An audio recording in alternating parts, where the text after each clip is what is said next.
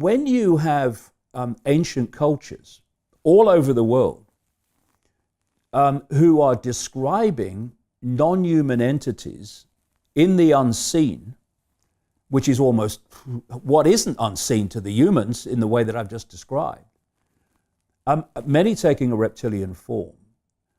And that has passed through the ages. And then you meet people in places like America, because once you start talking about this, you become someone that people will give information to, because they can see a way of getting out into the public arena, because you won't think they're crazy. And they're telling you the same. You know, people who've been in mind control projects, people who've been in government projects, who've interacted with these entities in underground bases.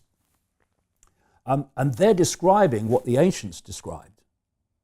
When you've got this man who's unfortunately just died in his 90s, William Tompkins, writing a book in 2015, describing how he was seconded in 1942 into a top secret naval intelligence operation in America based at the naval base at San Diego, where his role, or the role of that organization, was to interact with non-human entities. And he produces documents, he produces pictures of people he was with to support what he claims. And he's saying world governments are controlled by a reptilian non-human race. I've been saying that since the 90s. Who are these people? Royal family, reptiles? Trump? Well, let's look at how it works. First of all, these entities operate in the unseen, overwhelmingly in the unseen. Because we, like I said earlier, live in a frequency band, a band of frequency. Anything beyond that frequency we can't see, we're not aware of. And, you know, people have no trouble accepting that the old analog system of radio and television stations are different frequencies sharing the same space without interfering with each other unless they're really close on the dial. You know, the analog system, BBC One and ITV and CNN, they're sharing the same space, but they're just on different frequencies. And the television picks up different frequencies as you change the channel. Well, in the same way, worlds or realities, it's a better term, are sharing the same space without interfering with each other unless they're very close on the dial. And at that point where they're close on the dial and there is some form of interaction, that's what we call ghosts and paranormal activity.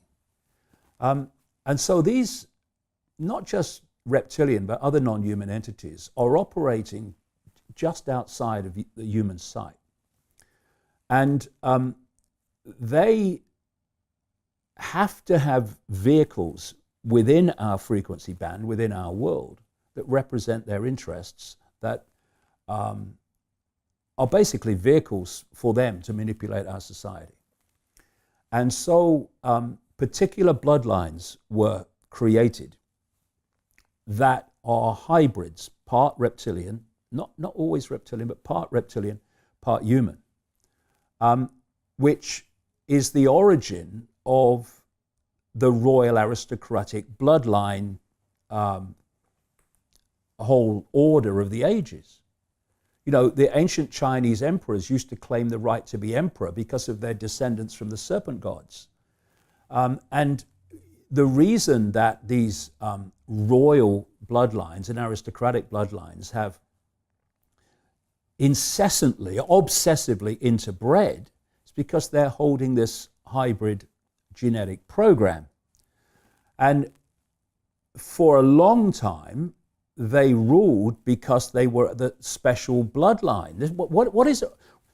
Just down the road from us now in London, we have a head of state, even today, who is head of state because of her bloodline. The Queen. The Queen. If she was a different bloodline, she might be cleaning the throne, not sitting on it. This is the nonsense of it. Why are you queen? Because someone had sex with someone and that person was born first, therefore they're the monarch. Sorry, I thought we lived in a civilized society with some form of intelligence. What's going on? But across much of the world, as humanity started to awaken a bit more from its servility to these royal bloodlines, they couldn't sustain it any longer. And so the royal in-your-face control started to disperse. It's still around in some areas, like we still have a monarchy in here and the Commonwealth countries, but in lots of countries it disappeared. But these bloodlines didn't. And their sense of being special and being, quote, royal never ended either. And so they moved into the dark suit professions of banking, of politics, of all the dark suit professions, government administration, etc. And they've gone on running the show ever since, while not being overtly royal. And of course, what happened with the so-called Great British Empire, or these other European empires, is these bloodlines went all over the world, and they imposed themselves in the North America, in South America, in Australia, all over the world. And they've gone on controlling ever since. But when you look at the situation from just a general population perspective, everything seems to be unconnected. People seem to be unconnected. But when you go deep into the shadows, they're not unconnected. Continue watching this fascinating conversation for free by clicking on the link below to visit our website, learn from the best minds in the world, and connect with a community of passionate people building the best versions of themselves. Just click on the link below, and I'll see you on the inside.